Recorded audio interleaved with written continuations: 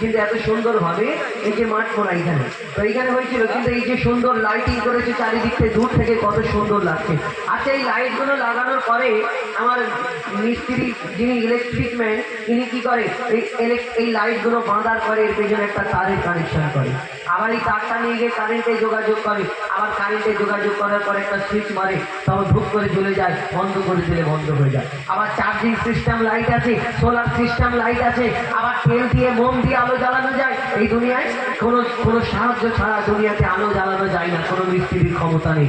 কিন্তু এই দুনিয়াতে ওই যে জোনাকি পোকা যে টিপ টিপ করে আলো জ্বালায়, পিছনে টিপ টিপ করে আলো জ্বালিয়ে ঘোরে, কোনোদিন দেখেছেন কোনো মিস্ত্রি দুটো তার নিয়ে ঘুরে বেড়াচ্ছেন, সুযোগ পেলে লাগিয়ে হ্যাঁ না, কোনোদিন দেখেছেন জোনাকির পিছনে দুটো তারের কানেকশন ঝুলছে, কোনো জায়গায় গিয়ে আপনার পিছন মারিয়ে দেবে না। কোনোদিন দেখেছেন ওই জোনাকি কোনোদিন চার্জিং পয়েন্টে গিয়ে চার্জ দিয়ে আবার টিপ করে যাওয়ায় না।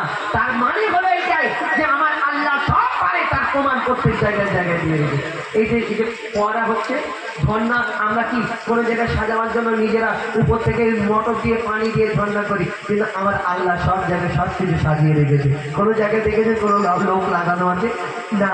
আমি এই কারণে আমার আল্লাহকে বিশ্বাস করি, আমার আল্লাহ সব পারে, প্রত্যেক জায়গায় তার প্রমাণ দিয়ে রেখেছে। কোনটা অস্বীকার করবে? কবি ছন্দের মাধ্যমে লিখছে, দেখো বিনা কারেন্টে জোনাকি বাতি জ্বালায়, বিনা খুঁটিতে আসমানকে মধ্যে সেরায়, বিনা কারেন্টে জোনাকি বাতি জ্বালায়, বিনা খুঁটিতে আসমানকে মধ্যে সেরায়, ঝিনুকের পেটে মোটা রাখে দয়াময়, সাতরাজার ধনমানিক রাখে সাপের মাথায়, ঝিনুকের পেটে মোটা রাখে দয়াময়, সাতরাজার ধনমানিক রাখে সাপের মাথায়। সূর্যের এত আলো কোথা থেকে এলো, সূর্যের এত আলো কোথা থেকে এলো, জানে আল্লাহ।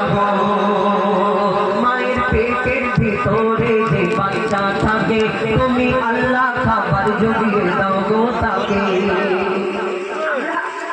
মায়ের পেটের ভিতরে যখন ছিলাম তখন আল্লাহ ঠিক টাইম মতো আমাদের মায়ের পেটে ওই রক্ত মাংস পেয়ে এই দুনিয়া মায়ের পেটেতে ঠিক আমাদের খাবার টাইমে যোগান দিত। এই পুকুরের ভিতরে যে মাছ থাকে, পেটের ভিতরে যে পোকা থাকে, আল্লাহ তার খাদ্য টাইম মতো জুগিয়ে দেয়। 18,000 মাকলুকাত মানুষ ছাড়া কেউ রোজগার করতে যায় না। আমরা ট্রেনে বাসে করে ভিড়েতে এরকম ঠেলে ঠেলে কাজ করতে যাই, হ্যাঁ, ওরা কেউ রোজগার করে না, ওদের কিন্তু ঠিক টাইম মতো আল্লাহ খাবার দিয়ে দেয়। আর মানুষকে আল্লাহ শ্রেষ্ঠ করে ঘোষণা করলো, কিছু মানুষ বলে দুবেলা দুমুঠো খাওয়া হয় না, দুবেলা দুমুঠো খাওয়া হয় না। কেন দেখ তো দুবেলা দুমুঠো খাওয়া হয় না? তাহলে নিশ্চয়ই কোনো গন্ডগোল আছে। আল্লাহ যদি ওই যারা রোজগার করে না সবাই খাদ্য টাইম মতো যদি জুগিয়ে দেয়, তাহলে চিন্তা করতে হবে কোনো গন্ডগোল আছে, কারোর হক মেরে বসে আছে। নাহলে তুমি যখন মায়ের পেটেতে ছিলে নিষ্পাপ, তোমাকে আল্লাহ টাইম মতো খাইয়েছে। তুমি বড় হয়েছো, পাপি হয়েছো, গন্ডগোল করেছো, কারোর হক মেরেছো, নাহলে কারোর সঙ্গে কোনো অবিচার করেছো, গন্ডগোল করেছো, তবে তো দুবেলা দুমুঠো খাওয়া। এমনি হয় না। মাছের পেটের ভিতরে পোকার যদি কাঠের ভিতরে পোকার যদি আল্লাহ খাবার দেয়, তুমি তো মানুষ, তোমাকে এই 70টা মায়ের থেকে বেশি ভালোবাসে, তোমার কেন খাওয়া হয়নি? বুঝতে হবে। কবি ছন্দের মাধ্যমে লিখছে, দেখো মায়ের পেটের ভিতরে যে বাচ্চা থাকে, তুমি আল্লাহ খাবার জুগিয়ে দাও গো তাকে। মায়ের পেটের ভিতরে যে বাচ্চা থাকে, তুমি আল্লাহ খাবার জুগিয়ে দাও গো তাকে। সারা দুনিয়াতে আল্লাহ তোমার করুণা, যত মাখলুক আছে কেউ